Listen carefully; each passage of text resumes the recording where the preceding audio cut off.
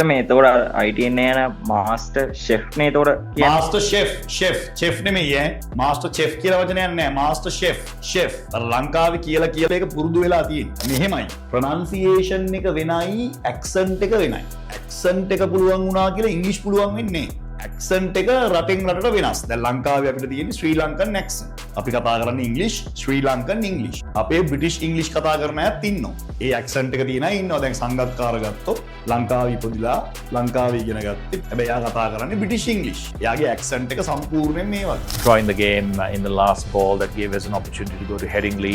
I learned a lot from all the tough experiences here as well. තමන් කැමති accent එකක් තමන්ට දාගන්න පුළුවන්. අර ලංකාවේ අය හිතන් ඉන්නවා මේ ඇක්සන්ට් එක පුළුවන් නම් ඉංග්‍රීසි පුළුවන් කියලා. එහෙම එකක් නේ. ඕන් තරම් ලෝකේ ඉන්නවා ඉන්දියන්ස්ලා ඉන්නවා ඇෆ්‍රිකන්ස්ලා ඉන්නවා සුපර්බ් ඉංග්‍රීසි ඒගලන්ට වෙනම ඇක්සන්ට් එකක් තියෙනවා. දැන් ඔය විරාට් කොහ්ලි එහෙම කතා කරලා තිබලක්. This is exactly what we wanted to achieve. This is an amazing game. I was telling Rohit today when we went out to bat, I was like, one day you feel like you can't get a run and then you come out and then things happen. දැන් අපි සිම්බාබ්වේ හරි west Indies හරි ගත්තොත් එහෙම ඩ්වේන් බ්‍රාවෝ එහෙම ගත්තොත් එහෙම Again, what I would say works for me is I do a lot of running.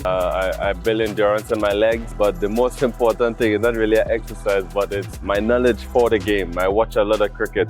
එක්කෙනාගේ accent වෙනස්. මනුස්සයෙක්ට ඉංග්‍රීසි තේරෙනවා නම් මම කතා කරන එක එච්චරයි. ඇක්සන්ට් එක කියන එක වෙන එකක්. ඒක වෙනම ප්‍රැක්ටිස් කරලා හදාගන්න. ග්‍රැමර් ටික පුළුවන් නම්, ස්ට්‍රක්චර් එක තේරෙනවා නම්, වොකැබුලරි එක පුළුවන් නම් කතා කරන් යන්න පුළුවන්. ලංකාවේ ජජ් කරනවා. මෙයා බ්‍රිටිෂ් ඉංග්‍රීසි කතා කරනවා නම් පොෂ්.